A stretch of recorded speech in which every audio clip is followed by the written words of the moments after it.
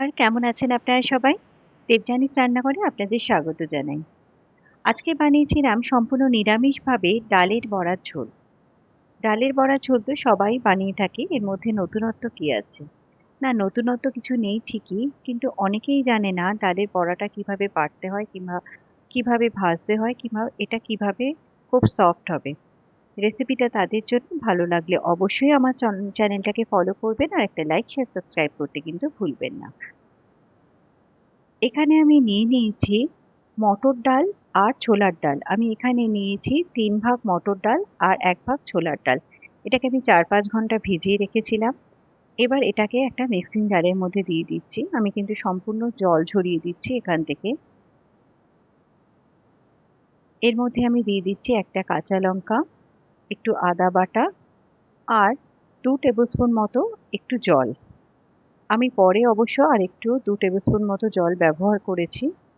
এটা দেখুন ঠিক এইরকম একটা টেক্সচার তৈরি হবে। এটাকে আমি বাটিতে নামিয়ে নিয়েছি। এবার এর মধ্যে দিয়ে দিচ্ছি পরিমাণ মতো নুন, একটু হলুদ গুঁড়ো, চিনির গুঁড়ো আর দিয়ে দিচ্ছি একটু সাদা তিল। এটা বড়াটার মধ্যে একটা খুব সুন্দর ক্রাঞ্চ আনবে। এবার ঠিক হাতের সাহায্যে এভাবে এই ডালটাকে ফেটাতে হবে। যতটা ভালো মতো ফেটানো হবে বড়া কিন্তু ততই বেশি সফট হবে। এখানে আমি খুব ভালো মতো এটাকে ফেটিয়ে নিয়েছি। এবার লাস্টে এখানে অ্যাড করলাম 1 পিঞ্চ মতো একটু খাবার সোডা। এবার টেক্সচারটা দেখে আপনারা বুঝতেই পাচ্ছেন কতটা লাইট আর ফ্লাফি এটা হয়ে গেছে। এটাকে লাস্ট একবার এভাবে মিশিয়ে নিলাম।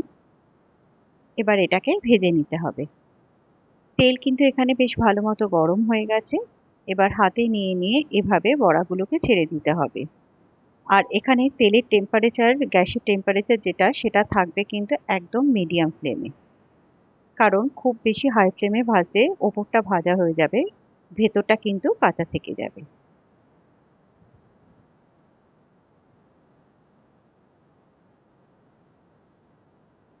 এটাকে ভাজার সময় এভাবে খুন্তি দিয়ে দিয়ে একটু তেল এভাবে ওপরে ছিটিয়ে ছিটিয়ে দিলে বড়াটা সুন্দর মতো ভাজা হবে।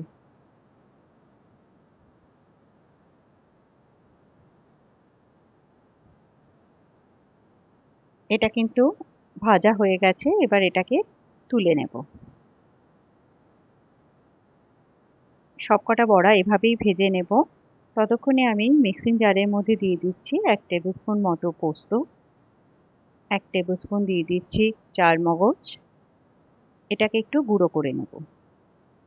এটা গুঁড়ো হয়ে গেছে। এবার এর মধ্যে দিয়ে দিচ্ছি একটা টমেটো আর একটা কাঁচা লঙ্কা। এটারও একটা পেস্ট বানিয়ে নেব। এটাও রেডি হয়ে গেল।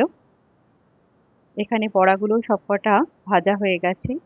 এবার একটা বাটির মধ্যে আমি দিয়ে দিচ্ছি ২ চামচ ধনের গুঁড়ো, ২ চামচ জিরে গুঁড়ো, সামান্য একটু হলুদ গুঁড়ো, একটু কাশ্মীরি লঙ্কার গুঁড়ো,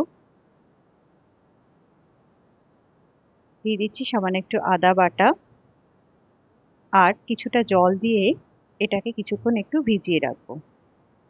এবার এখানে তেলের মধ্যে দিয়ে দিচ্ছি গোটা গরম মশলা মানে এলাচ আর দারচিনি, দিয়ে দিচ্ছি জিরে ফোড়ন, তেজপাতা, দিয়ে দিচ্ছি এখানে পরিমাণ মতো হিং। এবার হিংটা ভাজা হয়ে গেলে এখানে যে মশলাটা রেডি করে রেখেছিলাম সেটা দিয়ে দিলাম। এটাকে ভালো করে একটু কষিয়ে নেব যতক্ষণ না এটার থেকে তেল বেরিয়ে আসছে। এটা কিন্তু ভালো করে কষানো হয়ে গেছে।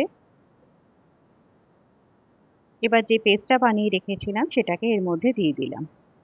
মিক্সিং জারটা ধুয়ে একটু জল দিয়ে দিলাম। এটাকেও এই মশলার সাথে ভালো করে একটু কষিয়ে নেব।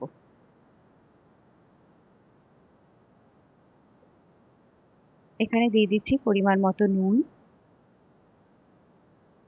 চিনি আর দিয়ে দিচ্ছি চেরা কাঁচা লঙ্কা। এটাকে ভালো করে কষিয়ে নেব। এটা কিন্তু খুব ভালো মতো কষে গেছে।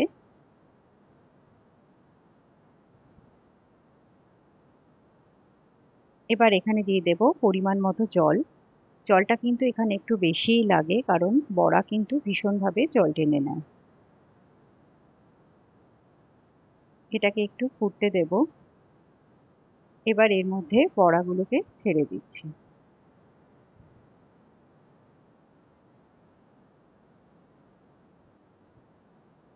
এটা ফুটে গেছে। এবার এর মধ্যে দিয়ে দিচ্ছি একটু গরম মশলার গুঁড়ো আর 1 চামচ ঘি। ব্যাস, এটা কিন্তু আর খুব বেশি ফোটাবো না।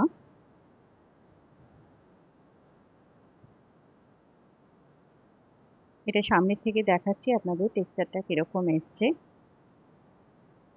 আমি আপনাদের একটা বড়া একটুখানি ভেঙে দেখাচ্ছি কতটা সফট হয়েছে এটা। গরম ভাতের সাথে এভাবে বড়ার ঝোল খেতে কিন্তু অসম্ভব ভালো লাগে। আর নিরামিষের দিনে এটা কিন্তু একটা দারুণ আইটেম। আশা করি আজকের রেসিপিটা আপনাদের ভালো লেগেছে। অবশ্যই একবার বাড়িতে ট্রাই করবেন।